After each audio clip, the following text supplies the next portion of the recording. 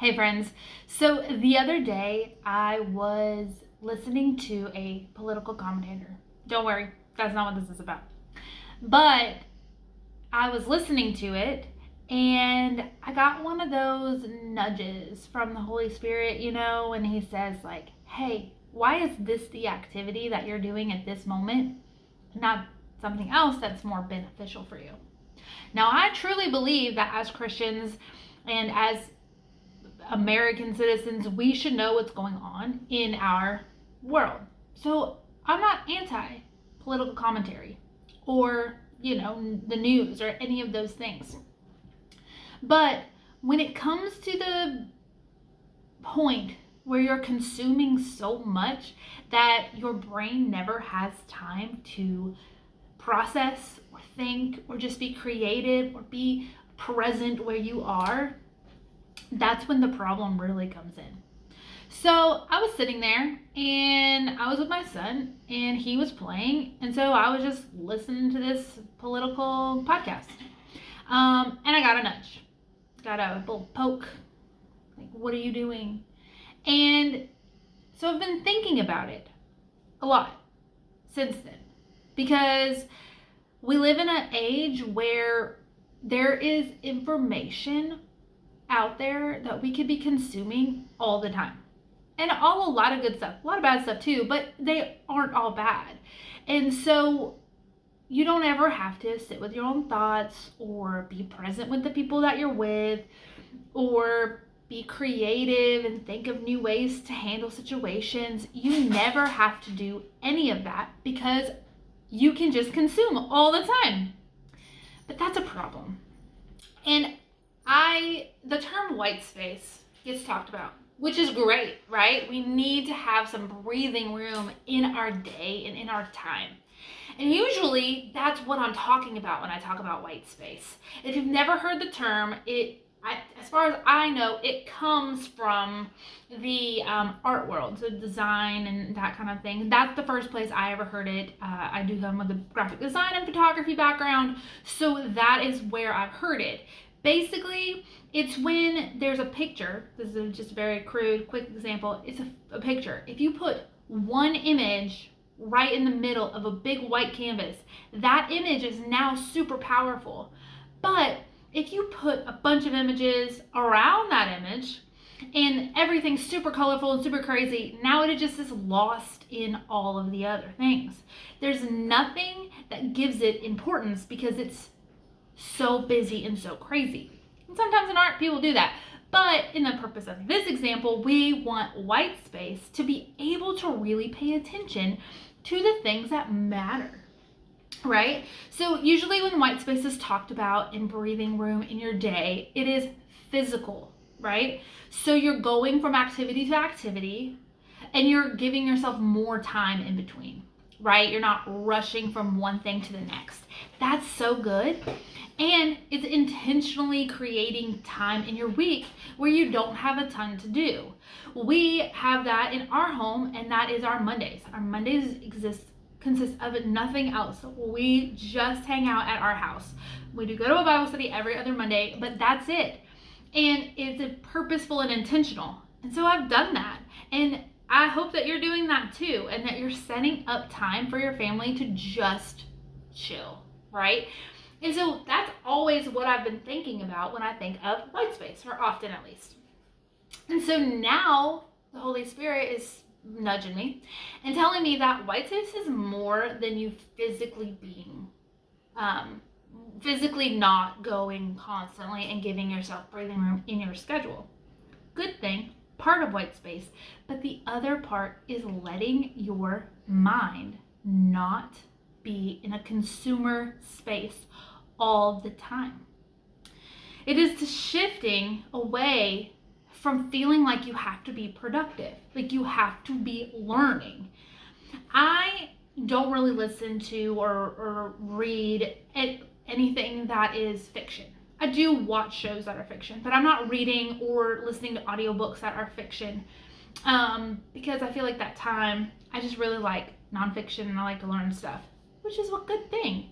But it can consume me. And so not not allowing myself to read something slower or listen to something slower. I listen to a lot of audiobooks to be able to process it, to understand the concepts, to really apply them to my life. And if we're always consuming, then it's easy to just read another book and move on with your life and never do any of those things in there. And I don't want that for myself, and I don't want that for you. Apparently the Holy Spirit doesn't want that for me either, so that's good. Anywho, so it is this mindset shift of saying, just because I'm not pouring more information in doesn't mean I'm being lazy, and it doesn't mean that I'm not being productive. White space in your brain is super productive, because if we're not giving ourselves time to think, then you won't be really making those connections with the people around you, because you're always consuming. Maybe you're doing it together, but you're not connecting with one another, and you don't have the ability to be able to be creative. Creative thinking, I have heard this, but do not quote me, that it takes about 15 minutes for you to get into a creative mindset. And so if you're never allowing yourself to be not consuming for more than 15 minutes, then you're not getting into that creative space that you could be figuring out what to do for your business, or how to handle that problem with your friend, or figure out what a better routine is for your kids. Like, white space is not doing anything. It is not consuming, and it's not doing mundane tasks that take your brain away. Right? So an example of this white space for your brain, like, it's not like necessarily white space for your physical body. When you're doing dishes, I have a bad habit of this. Apparently it's a bad habit. I've just learned it's a bad habit. When you're doing dishes, are you listening to a podcast, or are you praying? Are you talking to the Lord about your day? When you're outside with your family and with your kids, are you thinking about all the work that needs to be done and what you should be doing instead? Or are you really connecting with your family? These are things that you need to think about, and that I need to think about. And so white space in the physical sense is super good. And I think you really need that for your body to be able to rest and your family to connect. But if you're only doing it in the physical space, but you're not letting your mind rest too, then you're missing the point, or part of the point at least. And so that is what we need to be doing. And so here are some ways to create more white space in your mind, right? We've talked about it a little bit. Consume less. There's so much information out there. You're not going to get through it all. And a lot of it's really good. I'm not telling you to not consume it. Learn all those things. Currently, I'm learning about dairy goats, how to be a better mother, and how to run a business. So all of those things are going on in my mind at the same time, and I am reading and learning and watching videos about all of that. And I'm not going to not do that, I don't think. But the amount that I consume and when I'm consuming it, those things matter. So here is another example, just an easy way for you to get into a white space moment. Go for a walk, right? I'm a big advocate of the sunshine. I think it's good for all of us. It is good for all of us. If you've got kids, pack them up, put them in a stroller, do your thing. If they're older and they are capable of being by themselves, let them stay home. Just go for a walk and don't bring anything to listen to.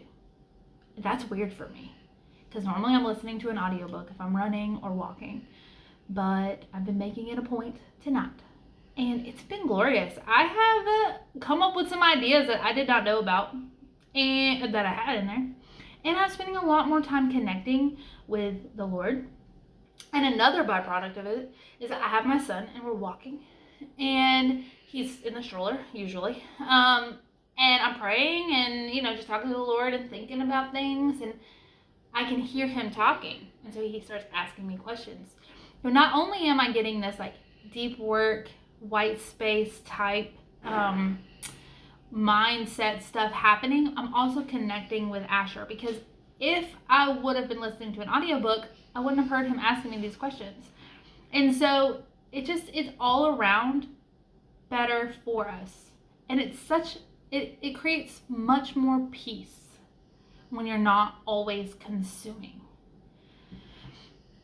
If you're always consuming, then your brain is always like in overdrive. So give it some time, let it rest. And as I say this to you, I'm saying it to me. Remember, the Lord nudged me when I was the one listening to something when I should have been doing something else. So I am just sharing the things that I am currently learning with you, and that I hope that you can take and implement into your family. All right, my friends, I'll talk to you later.